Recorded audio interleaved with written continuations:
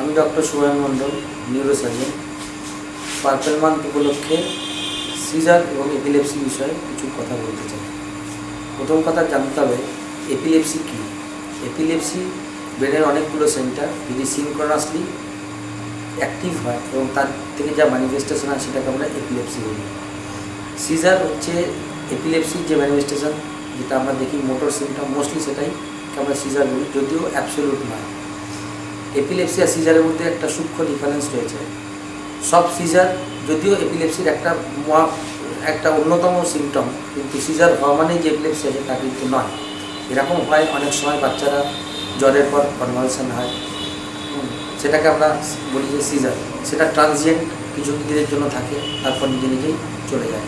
একটা acute illness, metabolic ডিরেঞ্জমেন্টের জন্য অনেক সময় খিঁচুনি হয়, সেটাও ট্রানজিয়েন্ট এবং সেটা নিজে নিজেই সরে যায়, সেটাকে সিজার বলা হয়। সেটা এপিলেপসির মধ্যে পড়ে না। এপিলেপসি সেগুলোর মধ্যেই ধরা হয় যেগুলি কিনা ব্রেনের কোনো এরিয়া বা অনেকগুলো এরিয়ার সিনক্রোনাস হাইপার পোলারাইজেশন বা ডিসচার্জের জন্য কোনো ম্যানিফেস্টেশন তৈরি করলে সেটাকে বলা হয় এপিলেপসি। এবার এপিলেপসির অনেক রকম ডিভিশনস আমরা ক্লাসিক্যালি করে থাকি, যদিও কোনো অ্যাবসোলিউট এরকম এখন পর্যন্ত বলা হয় না। ইন্টারন্যাশনাল লিগ এগেনস্ট এপিলেপসি, তারা কিছু রকম ক্লাসিফিকেশন করছে, সেটাই এখনও পর্যন্ত আমরা বলে আসি। তার মধ্যে যেগুলো আছে সেগুলো হলো যে একটা সিম্পল সিজার, যেখানে কোনো কনসাসনেস ইম্পেয়ার্ড হয় না। একটা হয় complex partial seizure, simple partial সিজারের থেকে আরও বেশি, যেখানে কনসাসনেস ইম্পেয়ার্ড হয়। একরকম হয় হচ্ছে সিম্পল সিজার থেকে স্টার্ট হলো, তারপর সেটা গোটা বডিতে ছড়িয়ে গেল। সিম্পল সিজারগুলো ইউজুয়ালি বডির কোনো একটা পার্টসকে ইনভলভ করে, এবং সিম্পল পার্শিয়াল সিজারে কনসাসনেস ইম্পেয়ার্ড হয় না। কমপ্লেক্স পার্শিয়াল সিজার কনসাসনেস অবটার্নের হতে পারে বা ইম্পেয়ার্ড হতে পারে, সবসময় যেটা হবে অজ্ঞান হয়ে যাবে তা নয়। সেটা শুরু হয় একটা ব্রেনের জায়গা, ব্রেনের কোনো একটা সেন্টার থেকে, সেটা যে অ্যাওয়েক সেন্টারটাকে অ্যাফেক্ট করে, তার জন্য অবটার্নেশনটা আসতে হবে। জেনারেল সিজারগুলোর মধ্যে কনসাসনেস ইম্পেয়ার্ড হয়, সেটাই হচ্ছে তার প্রথম এবং প্রাইমারি ডায়াগনস্টিক ফিচার। জেনারেল সিজারটা সবচেয়ে বেশি আমরা কমন পাই, এটা অনেক রকম হয়। মোটর হতে পারে, মোটর যেগুলো হয় টনিক হতে পারে, টনিক হতে পারে, অ্যাটনিক হতে পারে। অ্যাবসেন্স সিজার একরকম হয়, যেটা পেটিক মাল এপিলেপসি বলে। এরকম বিবিধ রকমভাবে অনেকগুলো সিজারের ক্রাইটেরিয়া আছে। এছাড়াও কিছু রকম সিজার হয় যেটাকে আনক্লাসিফাইড বলা হয়। যদি ভালো করে এপিডিমিওলজি দেখা হয়, দেখা যাবে যে প্রথম স্তরীয় লেভেলে অধিকাংশ সিজার আনক্লাসিফাইড। তার কারণ সেমিওলজি অফ সিজার, যাকে কিনা বলা হয়, সিজার যখন খিঁচুনি তৈরি হচ্ছে, তার যে উপসর্গের যে সম্মিলন, সেটাকে যদি ঠিকঠাক না দেখায়, তখন সেটা আমরা ঠিকমতোভাবে জাজ করতে পারি না। সুতরাং সিজার যদি কেউ দেখতে চায়, তাকে সবার আগে প্রত্যেকটি উপসর্গ দেখতে হবে, যে হওয়ার আগে কী হচ্ছিলো, প্রোড্রম করা, তার সে ধরতে পারছিল কিনা হবে কিনা সিজার।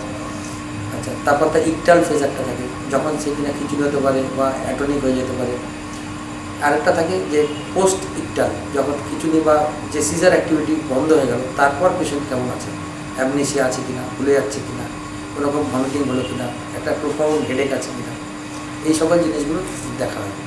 তো এই সেমিওলজি যদি ঠিকঠাক করে দেখা যায়, তাহলে আমরা লোকালাইজ করতে পারি ব্রেনের কোন জায়গা থেকে সেটা উৎপত্তি হচ্ছে। এখনও পর্যন্ত ইইজি প্রথম এবং প্রাইমারি ডায়াগনস্টিক স্টেপ বলে ধরা যে কোনো কিছু এপিলেপসির ক্ষেত্রে। যদিও অনেক সুন্দর ইমেজিং এসেছে, যেমন কিনা আছে একটা পেট স্ক্যান নতুন বেরিয়েছে। এছাড়া কিছু আছে অ্যানাটমিক্যাল ইমেজিং, একটা তার মধ্যে সবচেয়ে উল্লেখ হচ্ছে এমআরআই এপিলেপসি প্রোটোকল।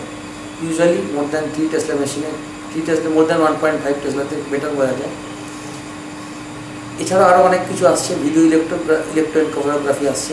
এই সব জিনিসগুলো সিজারকে আরও ক্লাসিফাই করতে হেল্প করে।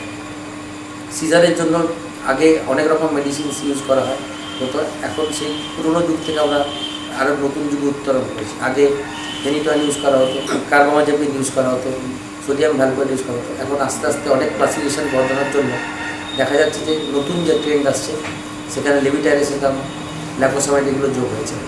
International league against epilepsy April মাসে ঘোষণা করে লেভিটাইরাসেটাম, ল্যাকোসামাইড অত্যন্ত সেফ ড্রাগ বাচ্চাদের এবং প্রেগন্যান্ট মাদারদের জন্য, এবং অনেক ব্রড স্পেকট্রাম এরা ক্যারি করতে পারে। এখনও গোটা সমগ্র চিত্রটা আসেনি, কিন্তু আশা করা যায় এগুলো আরও অনেক উপরের দিকে যাবে। সিজারের সময় অনেক কিছুই কথা থাকতে পারে, তার নতুন সার্জিক্যাল ইন্টারভেনশনাল প্রসিডিওরস এসে গেছে, কিন্তু সবার আগে জানা উচিত যে প্রথম সিজার দিল সে কী করবে। তার প্রথম কাজ হচ্ছে সে প্যানিক হবে না, পেশেন্টকে সাইড ওয়াইজ রোল করে শুয়ে দেবে যদি কিছু সময় গাঁজলা বেরোয় মুখ দিয়ে, যাতে সেটা এয়ারওয়ে অবস্ট্রাক্ট না করতে পারে। তার প্রথম কাজ হবে এয়ারওয়েটাকে সিকিউর করা। এয়ারওয়ে যদি সিকিউর করে তাহলে অধিকাংশ মানুষ সব রকম বড় রকম অসুখ বিপদ থেকে সে মুক্তি পেতে পারে, অ্যাটলিস্ট তার ডেথ কোনো দিন হবে না। যদি তার ওটাতে সে অসমর্থ হয়, সে অ্যাটলিস্ট এক্সট্রা হেল্পের জন্য পাশাপাশি লোক থেকে সে নিশ্চয়ই সাহায্য চাইবে। কিন্তু তার প্রথম কাজ হবে এয়ারওয়ে সিকিউর করা। এয়ারওয়ে সিকিউর করার পর তার নেক্সট কাজ হবে পাশাপাশি নিয়ার বাই কোনো যদি হেলথ কেয়ার বিভাগ থাকে তার কাছে নিয়ে যাওয়া। কারণ এপিলেপসি সম্বন্ধে গভর্নমেন্ট এবং সবাই এখন অ্যাওয়ারনেস প্রোগ্রাম চালু করেছে, সুতরাং কিছু না কিছু ট্রেনিং সবাইকেই দেওয়া হয়ে থাকে তাদের কর্মজীবনে। তৃতীয়ত যেটা করা উচিত, যদি সে প্রাইমারি কেয়ার গিভার মনে করে যে সে ইনাফ কম্প্যাটেবল নয়, সে যেন সেকেন্ডারি বা টার্সিয়ারি কেয়ার গিভারের কাছে সেই পেশেন্টকে রেফার করে। কারণ সিজার সবাই যে কন্ট্রোল করতে হবে তা নয়, সেটা ওষুধের মাত্রার উপর নির্ভর করে এবং সেটা জানার জন্য সেমিলজি এক্স্যাক্ট তার লোকেশন জানার জন্য যথেষ্টই জ্ঞান থাকা জরুরি। সিজার দেখা গেছে যে আমাদের দেশ না, যেগুলো ডেভেলপিং কান্ট্রিজের মধ্যে সিজার অত্যন্ত সমাজের জন্য ব্যাধি বলে ধরা হয়।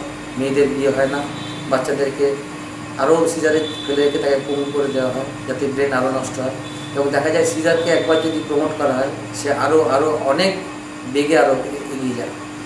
তো এটাই করা উচিত যে হেলদি লাইফস্টাইল লিড করতে গেলে সিজার আমাদের কন্ট্রোল করতে হবে, তাতে সমগ্র সমাজ উন্নতির দিকে। সবার শেষে এটাই আমার বলবো যে সিপলা কোম্পানিকে আমি আন্তরিক ধন্যবাদ জানাই পার্পেল উইককে ঠিকঠাকভাবে উদযাপন করার জন্য।